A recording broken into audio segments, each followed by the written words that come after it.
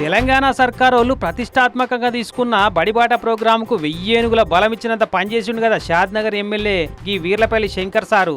చదువుకు దూరమై చిత్తు కాయిదాలు ఏరుకుంటా బతుకుతున్న దేవగిరి సంచార జాతుల పిల్లగాళ్ళ చేతికి పుస్తకాలను చేసిండు. గుడిచెలెల్ల బతికే పిల్లలను గుడేసుంటి బడిలో చేర్పించిండు స్వయంగా. ఇగో షాద్నగర్ సిటీలో ఉన్న సిండికేట్ కాలనీ కాడ వెలివాడ పేరు మీద గుడిచెలేసుకొని బతుకుతున్న పేదోళ్ళ పిల్లలను స్వయంగా సారే స్కూల్ వ్యాన్ల కూర్చోబెట్టుకొని బడికి కొంటపోయినకి ఇట్లా. ఇక వ్యాన్ ముంగటి సీట్లో కూర్చొని ఒకళ్ళిద్దరు పిల్లగాలను ఒళ్ళే కూర్చోబెట్టుకొని రైట్ అనుకుంటా బడి బాట పట్టిర్రు. ఇక బడికి పోగానే అందరి పేర్ల మీద అడ్మిషన్ తీసుకొని సారే స్వయంగా ఫారాలు నింపి టీచర్లకు అందజేసిండు. ఇక చూడు బుజ్జి పేరు, వాళ్ళ తల్లిదండ్రుల పేరు, అడ్రస్ గిన అన్ని రాసినాక బ్యాగు ఆ బుజ్జి భుజానికి తొడిగిస్తుంటే ఎంత సంబరపడ్డదు ఆ బుజ్జి. మొత్తం 25 మంది పిల్లలట.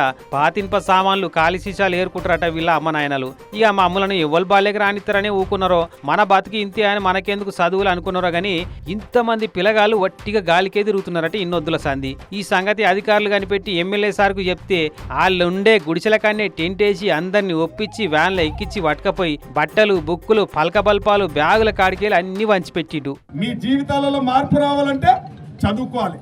చదివే మనిషి యొక్క జీవితాన్ని మారుస్తుంది.